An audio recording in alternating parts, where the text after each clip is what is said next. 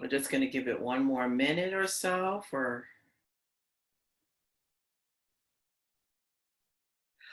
You want to have it on, as long as it says everyone, your chat function, I'm going to, all panelists and attendees. Correct. This way we could all see each other's responses.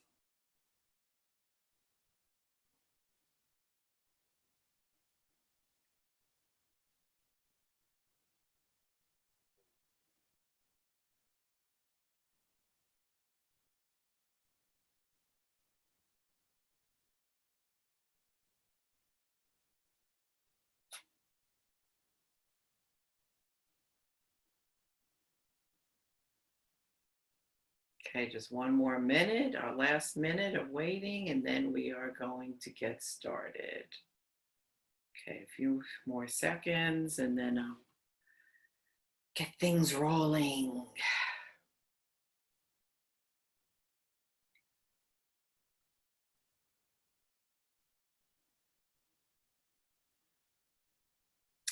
Okay, well, I think we're going to get started. Good morning, everyone, or good afternoon, depending where you're coming from. Thank you for joining us for this 1-hour webinar, Best Practices for Holocaust Education. My name is Sherry Bard, and I will be your facilitator for today's program. And joining us behind the scenes is my colleague, Ariel Korn, who's been with the program a long time, and she will be chiming in as well, especially if you need some technical support. I'll start by introducing myself. I'm coming to you from Los Angeles, where I live. I've been involved with the Echoes and Reflections program for more than 10 years. I am a facilitator. I've also contributed some of the content on Echoes and Reflections. I am also a former classroom teacher. I've taught English and special education. I'm going to turn off my screen right now so you won't see me, but you'll hear my voice. And I'm also going to be, so welcome everyone. Okay, I'd like to call your attention to the chat icon on your computer. On my computer, it's at the top. We want to encourage you to use the chat icon as much as possible to engage with us in the discussion questions or any thoughts that you might have throughout the webinar. The more you engage, I think the more enriching this experience will be with you. And make sure you have, depending on how it displays, on this computer it says everyone, it could say all panelists. So Ariel, you could go ahead and turn off my my screen, okay? The camera on me, whenever you want. Okay, so next, I want to tell you just very briefly who and what is Echoes and Reflections. We support, you know what, before we do that, I'd actually like you to go ahead and try out the chat function and say hello and tell us the city and state where you are coming from. So go ahead and say hi and tell us where you're from. Okay, Arlen from Springfield, Illinois. We have Liz, also from Illinois, Aurora. We have a lot of Illinois participants, which we expected. Hello, Rachel, Roberta, Sarah, Chris, someone in the O'Hare Airport. Well, thank you for joining us. Anne, okay, so you can go ahead and continue to say hi, and I will just introduce you to just our organization. We support middle and high school educators to teach their students about the Holocaust with accuracy, confidence, and impact. Hi, Kenton. The content and resources we offer are designed by educators to help students learn about the Holocaust and encourage critical thinking and its meaning in their lives and the world today. And as you'll see, Echoes and Reflections focuses on the use of primary source materials. We use diaries, poetry, artwork. You'll see photographs today, documents, letters, testimony. We'll be talking about that. We also have secondary source materials like informational text, maps, timelines, and a glossary. And all the things are posted, all of our materials and resources are posted on echoesandreflections.org, our website. We'll be using that today. And we've been a program and working with teachers over the past 12 years, over 40,000 educators across the country in every state. So you may know Echoes and Reflections is a partnership of 3 world leaders in Holocaust education, the Anti-Defamation League, or ADL for short. It's an international civil rights organization. It was founded more than 100 years ago. It's dedicated to combating anti-Semitism and hate and securing justice and for fair treatment for all people. Another partner is the USC Shoah Foundation, the organization founded in 1994 by filmmaker Steven Spielberg after he made the film Schindler's List to record interviews with Holocaust survivors and other witnesses, as well as witnesses of other genocides, so that their stories can be a compelling voice for education and action. We're going to be looking at a piece of testimony today in our webinar. And our third partner is Yad Vashem. They're established in 1954. They're located in Israel. They're an educational organization, a memorial, museum, and archive dedicated to Holocaust remembrance scholarship. If you're ever there, I encourage you to visit. So what are our goals for today? Our focus will be to introduce you to some pedagogical principles and resources for effective Holocaust instruction. And toward that end, we'll examine and model instructional enhancements to support student learning. We will share with you a number of classroom-ready and teacher-tested assets and lesson plans, testimony, other primary source materials. And throughout the webinar, we hope to enhance your personal knowledge about the Holocaust, including anti-Semitism. This is a topic in which I feel I'm always learning. There's so much to know and always looking for new insights. And throughout the webinar and your exposure to Echoes and Reflections, we hope to help build your confidence and capacity should you teach this complex topic or subject. So I'd like to start with another question. Why teach about the Holocaust? What do we want students to take away? So go ahead and use the chat function and put in what you think would be a reason to teach this topic today. In the Holocaust, it was more than 70 years ago when the Holocaust ended. Why might we want to teach this topic today? So go ahead and share your responses in the chat function. Make sure you have it turned on to all panelists and attendees, and let us know what you think. Why teach about this topic? What do we want students to take away? I think all of our attendees today are from Illinois. What do we want students to take away? Okay, Chris is chiming in. Learn the devastating effects of prejudice, discrimination, and racism in a diverse world. Great. The world is definitely growing more and more diverse, our country especially. What might be some other takeaways for students? Why teach about the Holocaust? What do you think?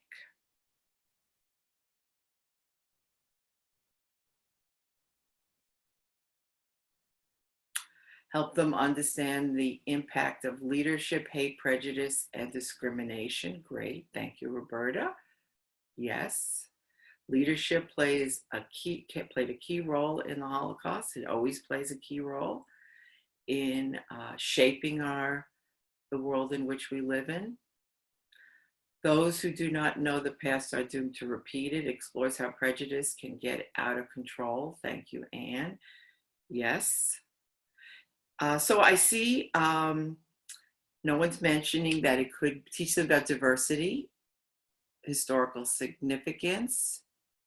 Students can recognize the patterns and attitudes that allowed such an event to occur. Additionally, to teach them to be upstanders, great, and intervene.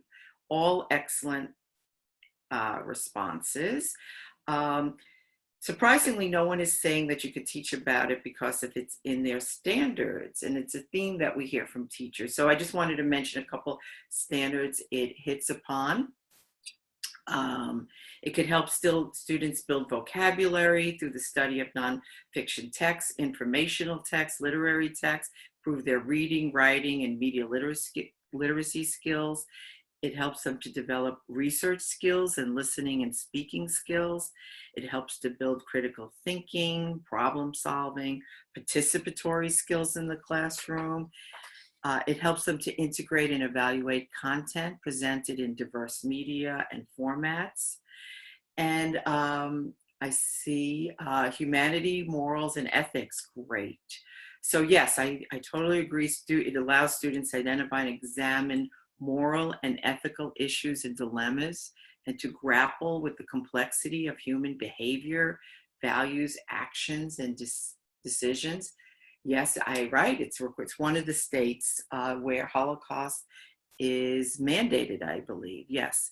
The Holocaust could help students understand the role and responsibilities of government. Somebody mentioned leadership, the role of organizations and individuals in society, including the abuse of power, touches on a number of important themes and its impact. People mentioned prejudice, stereotyping, obedience, loyalty, justice. This is an age where fairness and justice, students are very interested in and concerned with that. The topic of resistance, resilience, many more. We want to sensitize students to inhumanity and the suffering of others, and appreciate, as one of people mentioned about being an upstander, that silence and indifference toward the victimization of any person or group is dangerous and encourages the perpetrator. And ultimately, we want students to see what they do matter, that they transfer what they learn in the Holocaust and apply it to their own lives and their behavior. So teaching the Holocaust can be a challenging subject. So how do we approach this subject? What are some good practices, principles, and guidelines? So I'd like to throw another question out to you and ask you to take a moment to think about some of the approaches you think can be effective. If you've never taught this topic, think about how you might approach another topic in history. And so what's important? How would you approach the teaching of the Holocaust? What guidelines would you employ if you're in the classroom? And I know a lot of you are principals. I imagine most of you have been in the classroom, if not all of you. What are principles that you think are important when teaching this topic in the classroom? Looking for some guidelines, principles. What do you think? Okay.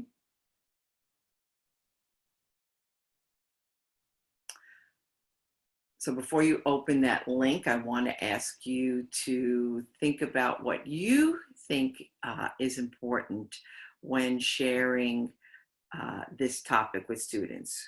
How do you think you want to approach this topic in the classroom? What's important? I'd like to ask you before I share some of our principles, but you let me know, and our other colleagues know on the phone. What's important when teaching this topic? What do you want to keep in mind when teaching this topic?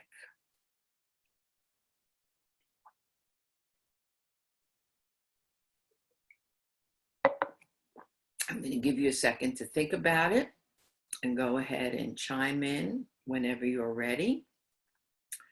What are some guidelines and principles that you might employ when teaching this topic?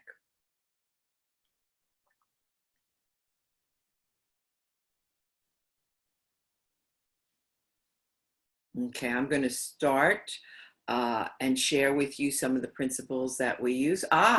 Thank you, Roberta. Use primary sources, actual pictures and videos. Yes, that's a very important one. It's one of the ones. We actually have 9 pedagogical principles. That's definitely one of them. Especially video. Students are living online. They live in a video world. So I'm going to go ahead. You can continue to chime in. Also, Sarah, it says, use of primary sources. Discussion leadership quality. I love that idea. Empathy, another good point. They feel connected. How do we connect them? That's very important through primary source and doc. This is an A+ group already. You really get it. I'm going to go through the principles, which is really going to reinforce the ideas that you just mentioned. And I'm going to go through them fairly quickly so we can get through to some of the activities. So one of our principles is define terms. In addition to key terms like anti-Semitism, Holocaust, genocide, we recommend you review the terms and phrases that you'll be using so students really fully understand the content. And what I put up on the screen now is a screenshot of our glossary, which is on our website. So all the images that you're going to see and resources in this PowerPoint and that I'm sharing with you today are on echoesandreflections.org. Okay, our next point, we want to make sure we include anti-Semitism. We want to ensure that students understand the role that anti-Semitism played in allowing the Holocaust to occur. This is really critical.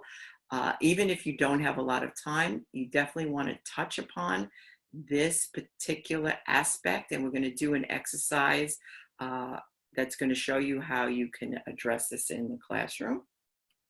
The third principle we have is, and these are in no particular order, they're all important in our view, hopefully in yours too. You want to provide historical context, really help students understand what happened before and after a specific event, who was involved, where events took place.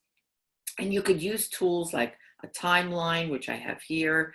You could use maps and many other resources toward that goal. Primary sources, many of you mentioned that, essential. This use of primary sources really enrich students' understanding of the Holocaust. It gives them a variety of perspective. Echoes and Reflections is really a resource of primary source materials. Here's just one of many examples of artwork we offer on our website. And artwork is really a wonderful way, if you have the time, to explore this topic, because students can really talk about what they see, what they feel. There's not necessarily right and wrong answers, and they could really start to engage. Another important point that we employ is teach the human story. Highlight personal stories, photographs, as people mentioned, testimony whenever possible. Offer examples of how victims attempted, for example, to retain their humanity in the face of dehumanization. How did they maintain their identity? How did people resist? And, how did they make choices and decisions and address the various dilemmas that they face? So really looking at it from the human point of view. And this is a photo of some children in the Lodz ghetto. The next point I want to emphasize with you is make the Holocaust relevant. Connect what students are learning to contemporary events. And there are many in the world today. There's the refugee crisis that we see. This is an example of contemporary anti-Semitism. Unfortunately, anti-Semitism didn't end with the Holocaust, and in fact, it's on the rise today. Another point is encourage critical thinking. This is a topic sometimes that raises more questions than answers questions. We want to encourage students to share ideas, ask questions of themselves and others. Someone mentioned about fostering empathy to challenge students to understand the people and their attitudes and actions in a historical context. And we also want to put a caution here about refraining from the use of simulation activities such as role playing. Could never really simulate the events of the Holocaust, and we don't want to put students in positions where it could be very awkward, could be very emotional for them. So we don't really, as not only us, but most educational organizations who teach about the Holocaust really say to shy away from role-playing activities. Another point is really ensure a supportive learning environment. It guides students in a phrase we call safely in and safely out. And what does that mean? We want to remind students, we don't want to just leave them in the darkness. We want to kind of also bring some light wherever possible. Remind students that some people did survive, that there were some who did help, although there weren't that many of those. We want to make sure the materials are age appropriate and be mindful of the emotional needs of students, okay? Just looking at some of the content, and says we focus a lot of our time about talking about the different groups of people involved, the victims, the perpetrator. Excellent, right. It's very good to look at the various roles, and sometimes those roles were they weren't set. They really could change. Like someone like Oskar Schindler may have started out as a bystander and kind of moved to be later a rescuer, helping to save more than 1,000 people. So the roles can be dynamic. That's the word I was looking for. So we're going to move into an exercise now. And as I stated earlier, when teaching about the Holocaust, we want to provide students with proper context and really give them background on the history of anti-Semitism and the role it played in allowing the Holocaust to occur. So we're going to do a brief two-part exercise that teachers can utilize in their classroom to help them provide context on anti-Semitism, especially if time is short. So I'm going to move the screen. So in Unit 2 on our website, and I've copied this into the PowerPoint, we have this map, and it focuses on Jewish communities in Europe before the Nazis' rise to power, okay? The first thing I'd like you to do is take a look at this map. I know it's a little bit small. Hopefully you have a good size screen. And focus on the bar graphs that indicate the number of Jews living in that country during the interwar period. And then also look at the pie charts, which show the percentage of Jews living in that country. And I'm going to ask you to use the chat function and tell us what stands out for you. What calls your attention? What do you notice? So go ahead, take a look, and add your thoughts to the chat box. What stands out for you? What do you notice in this map?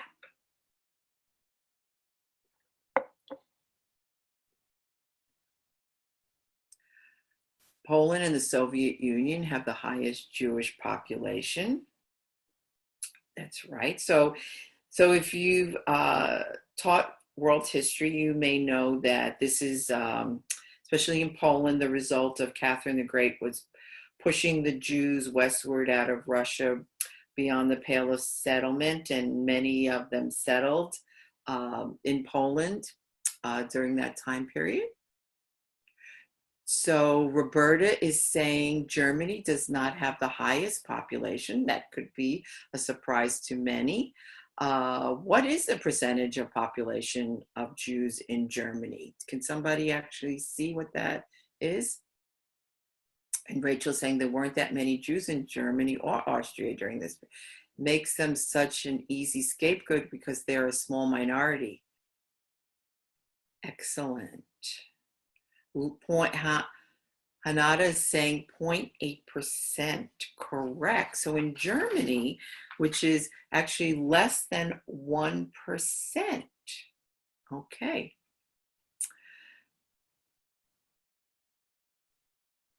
Okay, so I'm going to move the screen to the next slide. So for the part 2 of our activity, I've copied the definition of anti-Semitism from our website onto this slide. I'd like to ask you to take a moment and read this definition to yourself. And after you read it in its entirety, I'd like you to reread the first sentence. Okay, so I'm going to give you a minute to read this definition.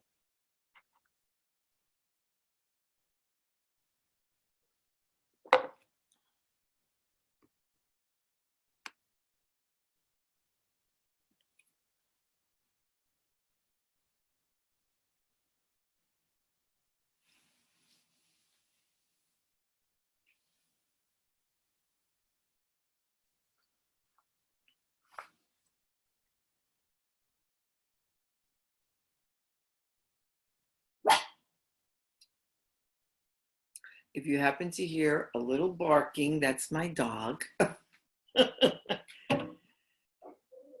Okay, so reread that first sentence. Anti-Semitism is the term for the hatred of Jews as a group or a concept. So now in the chat box, I'd like to ask you what you think we mean by the term concept. What does the word concept mean in that sentence?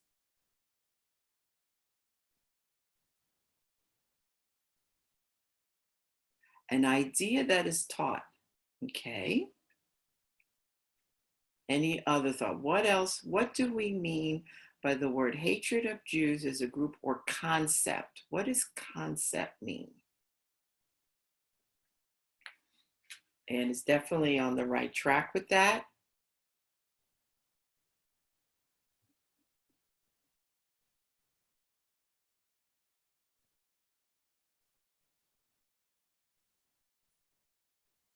Anybody else want to take a guess? Referring to stereotype, great thoughts and beliefs, an overall way of thinking. Think also to the percentage of Jews that, think back to the map we just saw and try and connect the thought of the map. How many Jews we saw in Germany, less than 1%, and what do we mean by concept? Roberta's saying an overall way of thinking. When others put people into category, okay, great. So we've already established in the previous exercise with the map that most individuals living in Germany and in many other countries in Western Europe, probably, given how low the percentage, didn't have personal interaction with people who were Jewish because of the very low percentage that lived in the country. So you might also know that in Germany, Jews lived mostly in the large cities. They were very assimilated into the German culture and to many of the professions. So how people were classified, yes. So all of you are right on track. And to kind of sum it up, it was not necessary, and we see it in the world today, to actually know Jewish people or have met or interacted with Jewish people to be anti-Semitic. Okay, so in fact, if we look at rates of anti-Semitism in the world today, some of the areas where it is highest are places where there are very few or no Jews living. So it is not necessary for you to have interactions with Jewish people to be anti-Semitic. So if teachers are teaching about the Holocaust and have only one, let's say, class period, and we feel it's important to instill in students what anti-Semitism is, just doing these two quick exercises gives them the beginning of a fundamental context. Or if you're teaching or teachers are teaching literature and they're not going into history in depth, they can do these brief introductory activities. There are many other resources on this topic on our website, especially if teachers have time for a deeper dive. So we're going to move on to the next idea and talk about testimony. We recommend that teachers consider the idea of individualizing the history of the Holocaust. We want to translate statistics, which we hear all the time, with this topic into people and personal stories, which helps to teach the Holocaust as a human story. So when discussing or reading about the Holocaust, we also often come across statistics. We hear 6 million Jewish victims. We sometimes hear 1.5 million children murdered, 11 million total victims. Sometimes those numbers can be slightly different. And these numbers can really be overwhelming, hard to fathom. So we want to kind of take that idea and bring it down to the individual level. A teacher I know likes to say, history happens to people. So to better understand history, we want to look at how people were affected. So in addition to the statistics, because we don't want to throw those away, we want to introduce students to individual people, grandparents, parents, children, really the people behind the statistics, and emphasize the diversity of personal experience within the larger historical narrative. And as I'm sure many of you know, utilizing first-person accounts like testimony, and that's the word we use, visual history testimony, but using first-person accounts like testimony, like memoirs, diaries, photographs, and other primary source materials, add those individual voices to the collective students and help students connect with history. That's what some of you mentioned about connecting with history, and what we hope is to build empathy. So Echoes and Reflections has about 2 hours of testimony through 65 video clips.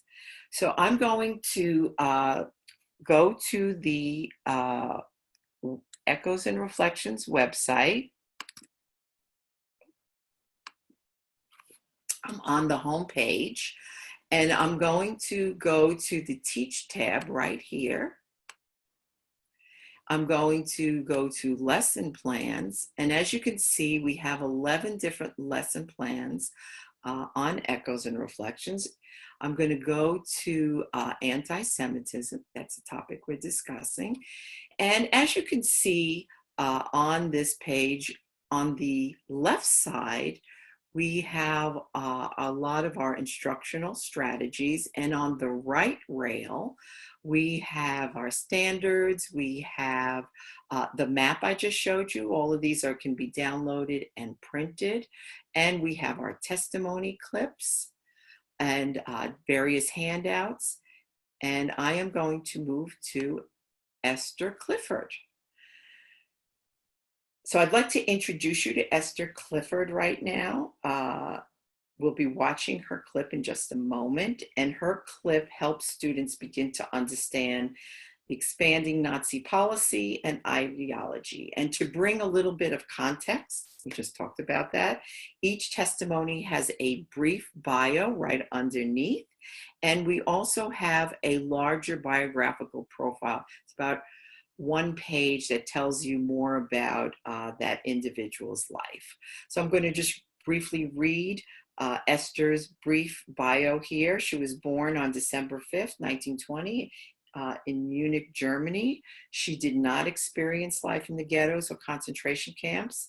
Her family escaped deportation to Poland. Esther hid in the homes of family members and later fled to England. Her interview was conducted in the United States when the war began. That would be 1939. Esther was 18 years old. So this video clip, I think it's actually less than 2 minutes in length. I'm going to play it. Esther describes her experience walking to school while she was living in Germany in 1934. And at this time, if we do the math, Esther was about 13 or 14 years old, the age of many of the students who study this topic. And as you listen to this testimony, think about what Esther is telling us or what she wants us to know about her life at this time. As the years went by, like in 1934, there was a terrible paper being published. It was called Die Stürmerzeitung, Stormtrooper newspaper. Everything seemed to be stormtroopers, troopers. And that was a horrible paper. That affected me terribly because it was, it had all kinds, it was plastered on all these stores that sold newspapers. And in the morning, going to school, I would see this Stürmerzeitung and people standing and reading them. And what did they list in this Stürmerzeitung? They had people faces with long noses and saliva running from their mouth and looking at, of course, typically, you know, they meant Jewish people because they always wrote about Jewish people with their long noses. And they were looking at little Gentile children, greedily looking at the money that the children had in their hands, like they wanted to steal the money from these children. And they had terrible stories in there that Jewish doctors trying to inject Gentiles with poisonous medication. They had bankers that would swindle Jews out of their money. And here I was walking to school, and people were actually reading this, and young people, old people, of all ages. And by the time I got to school, I couldn't learn.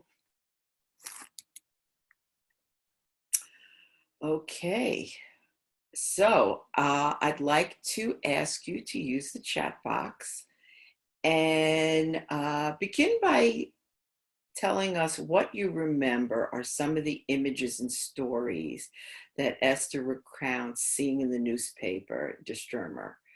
What does she remember seeing? Her memory is quite vivid, and she gives us a few examples. What are some of the images she recounts seeing in the newspaper? Go ahead and use the chat function. What does she remember seeing? How people are classified, long noses, drooling, yep, pictures to represent Jewish people, obviously in a very negative way, okay. What about how was she affected by what she observed? How does she tell us how she was affected? How was Esther, how did looking at these images affect her? Could not study in school, right? She couldn't learn, great. So who, thank you, Rachel. Jews is greedy, anti-Gentile, vindictive, shaken, couldn't focus on her work, great. So do you remember who Esther says is reading the newspapers? Who does she say are the people reading? She actually describes who is reading the newspaper. Go ahead and put that in the chat box. Who does she say are reading the paper? Old people and young people, great. Probably kids that she goes to school with, great. So with testimony, you need to listen to not only to what's said, but also think about the meaning. And this is one of the things I love about this asset. You have to consider the purpose of why the person is telling you the story in a particular way and the point he or she wants to share with the audience. And this is really all about interpretation, okay? So I'm going to ask you to interpret, why do you think Esther mentions who is reading the newspaper? How do you interpret that statement? Go ahead and use the chat box. Why does she want us to know who is reading the paper? Why does she include that? Yes, Chris, right. If you haven't been to the museum in Washington, D.C., the Holocaust Museum, they have wonderful exhibits. Why does Esther mention who are the people reading with it? How do you interpret that?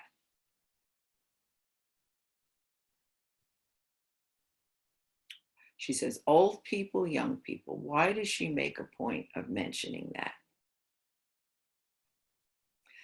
Okay, to let people know that all ages were affected. Okay, it was a pervasive message, not just for those that are adults or okay. So they really wanted to get that message out. Okay.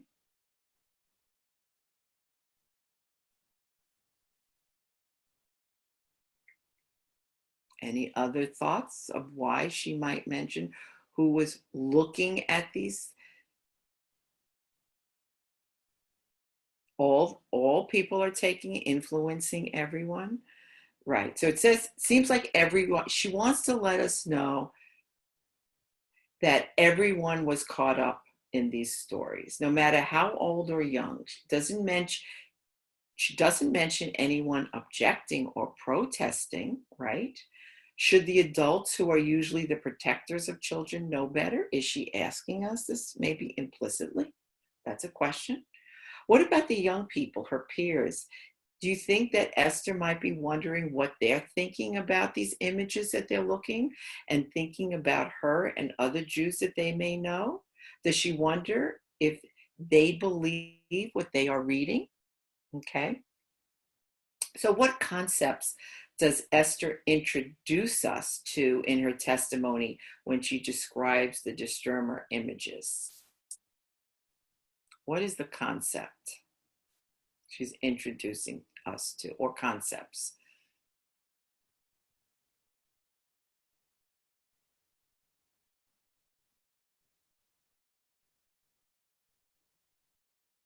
Okay.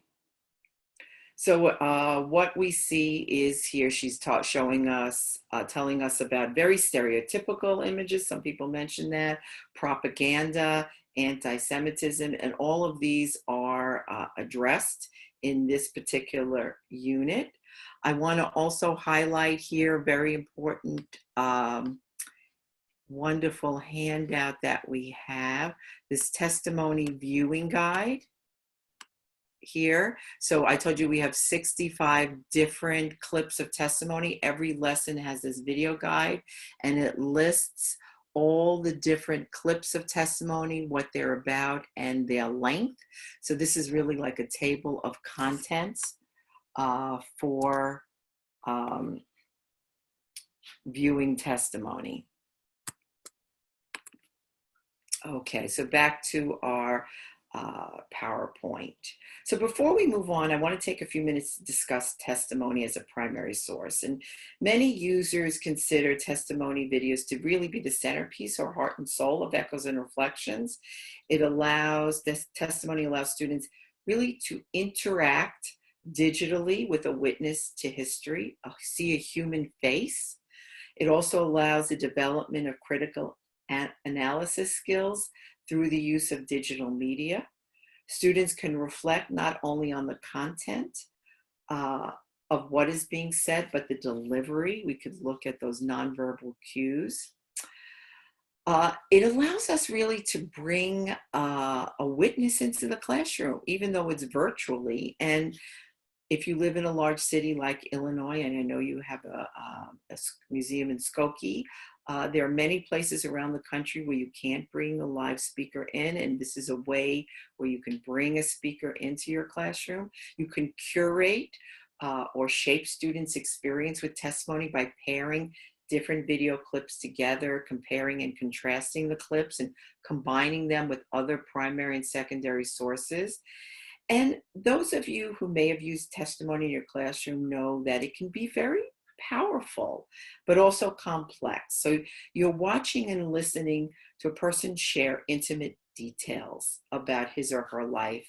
You know, in one sitting, it's spontaneous, it's not polished, it's based on memory, it's layered. It's what one remembers at the time, what they may add later on. They sometimes narrate their own story and give you their reflection on what they're thinking. It can include emotion, opinion. It's really, as you say, it's a wonderful resource. Um, and, you know, it brings that intimacy, I think, to history. And, you know, we think about empathy and connecting, and she's sharing with you her really, Esther, her deepest feelings uh, about this. And I think that kind of breaks down the walls where we can really bring a personal touch uh, to history. And we all react differently. You know, there's something that SMA say may jump out to me, which may be different to you. So you all can interpret it in your own way. And it makes, I think, history three-dimensional and more relatable. So moving on, we're getting close to the end. Um, I'd like to quote my colleague, Shulamit Imber, who's the pedagogical director at the International School for Holocaust Studies at Yad Vashem. And she says, the Holocaust is a traumatic event. How could we teach this trauma without traumatizing our students, right? So this is a key question for everyone who teaches about the Holocaust to consider. And it's important, as we've already mentioned, to use age-appropriate written and visual content and to avoid the use of horrific imagery to ensure that supportive learning environment that we talked about. So for many, teaching about the Holocaust is better done starting in the middle school years. And at this point, students are usually beginning to able to empathize with the victim, begin to understand the complexities of history, including scope and scale. Students younger than that in general have a difficult time keeping in mind the larger historical context or understanding the complex nature of this topic. And we want to be mindful of matching the appropriateness of the resource with students' cognitive, their psychological, social, emotional development stages. And we do this really for all materials we present, and teaching about the Holocaust certainly is no exception. In fact, it's especially important as we're dealing with sensitive material, and it can be, you know, people talking about traumatic events. And there are a few things to consider which are listed here.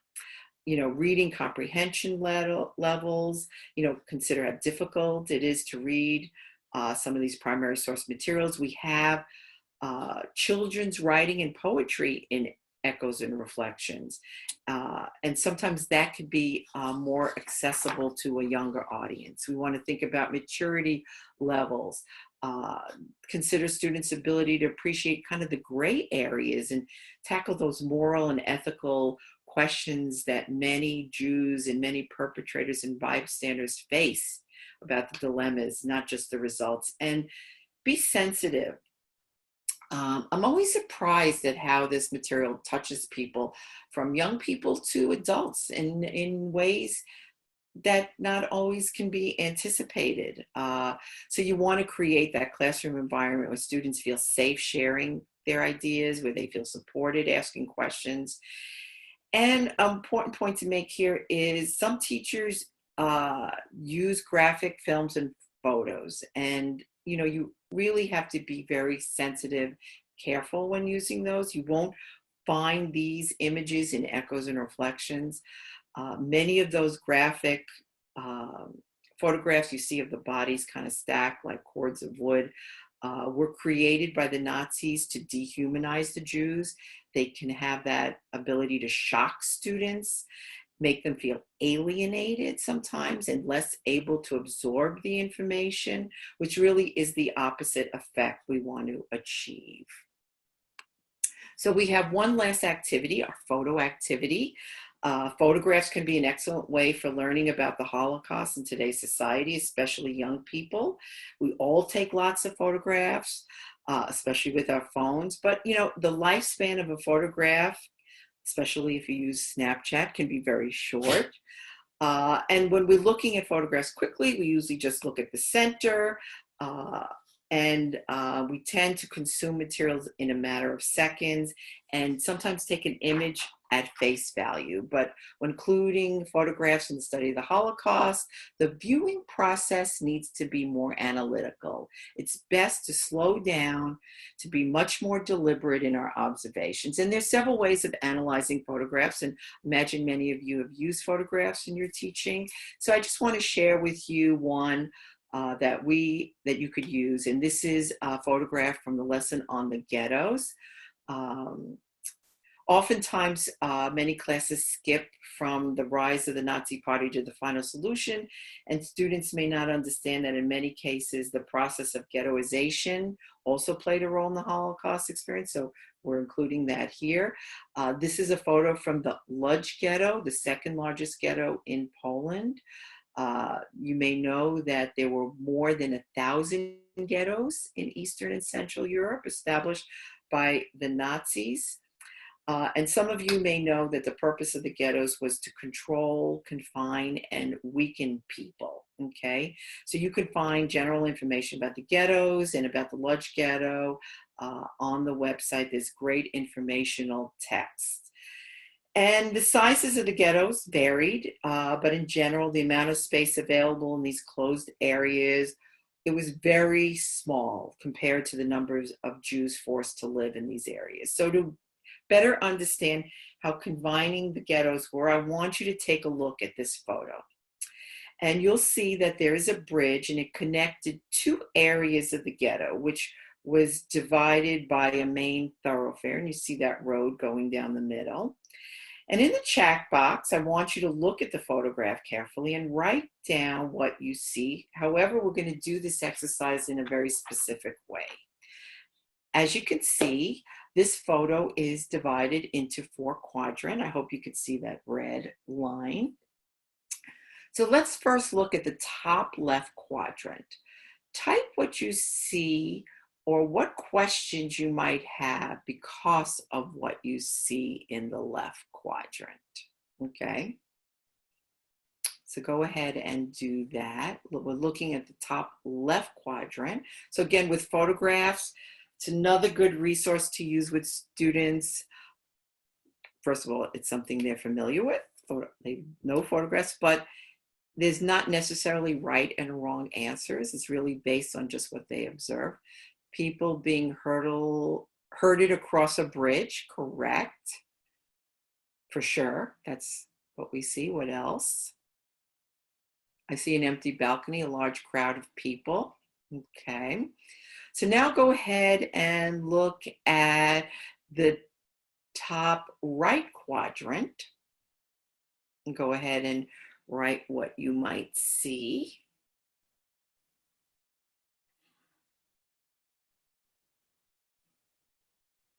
Something in the sky, okay. You can't really tell who people are or why they're going across the bridge. Building has windows, okay. Go ahead now and look at the lower left quadrant. So the balcony has someone on it. Nothing going on in the windows. Are people on the roof? Possibly. It's a little fuzzy. Okay, and the top and the bottom right, we have a single car gatekeeping people from the street. Great.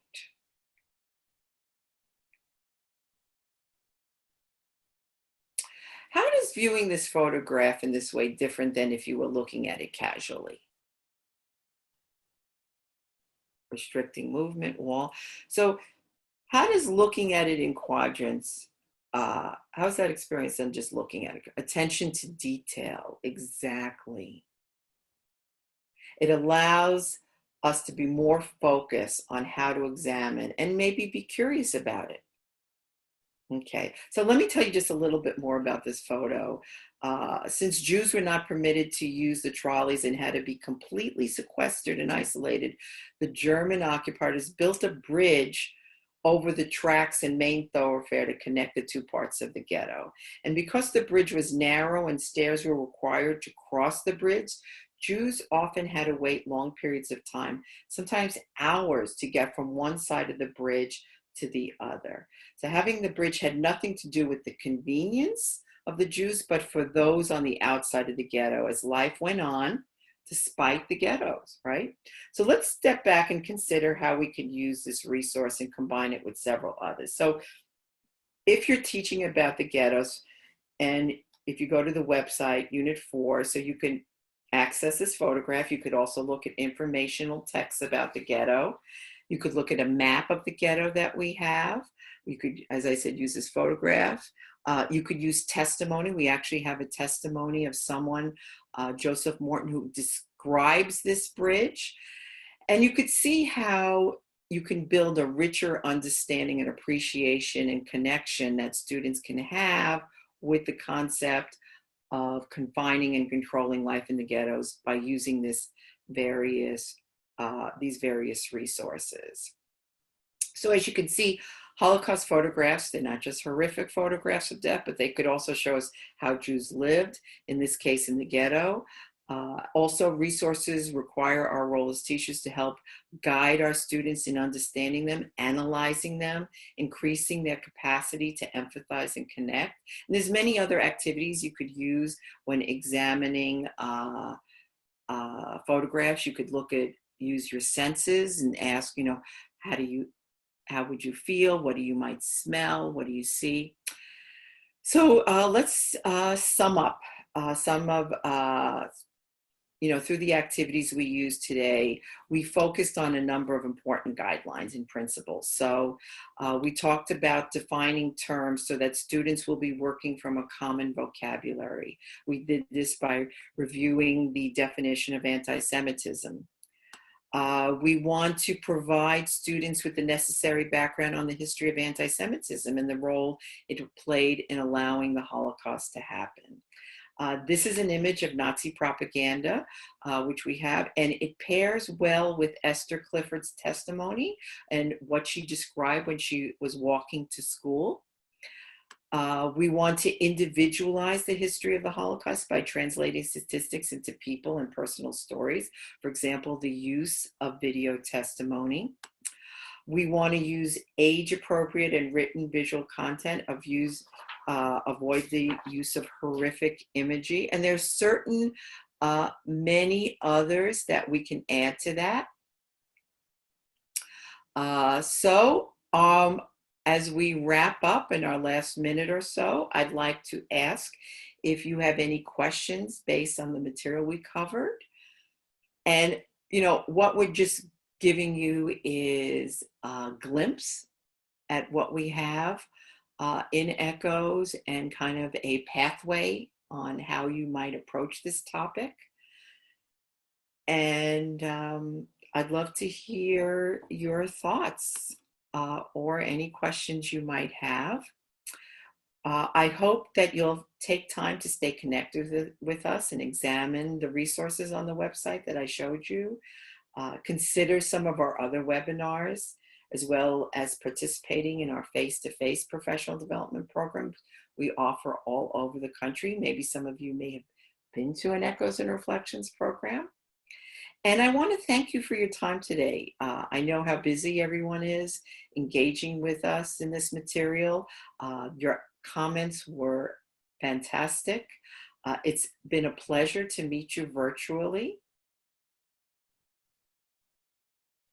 My colleague Ariel is reminding you to provide us with feedback She's sending you some important links.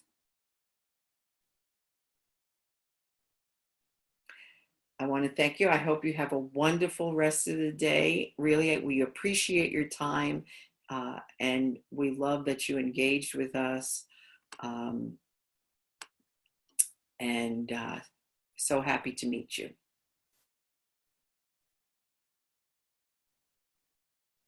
I will stay on another minute in case you have any questions.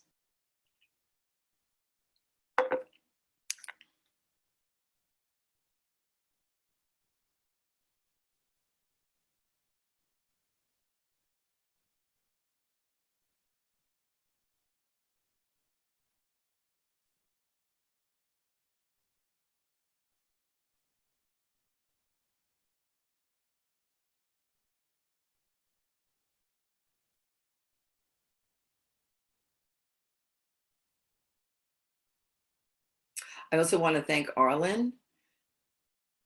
He was really wonderful to work with, and he has a copy of the PowerPoint as well.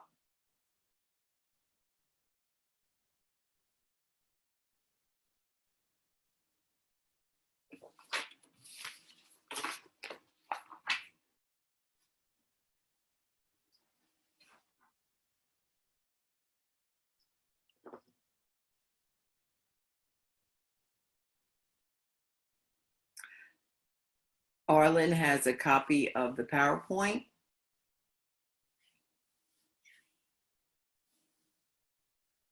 Thank you, Anne. Thank you, everyone.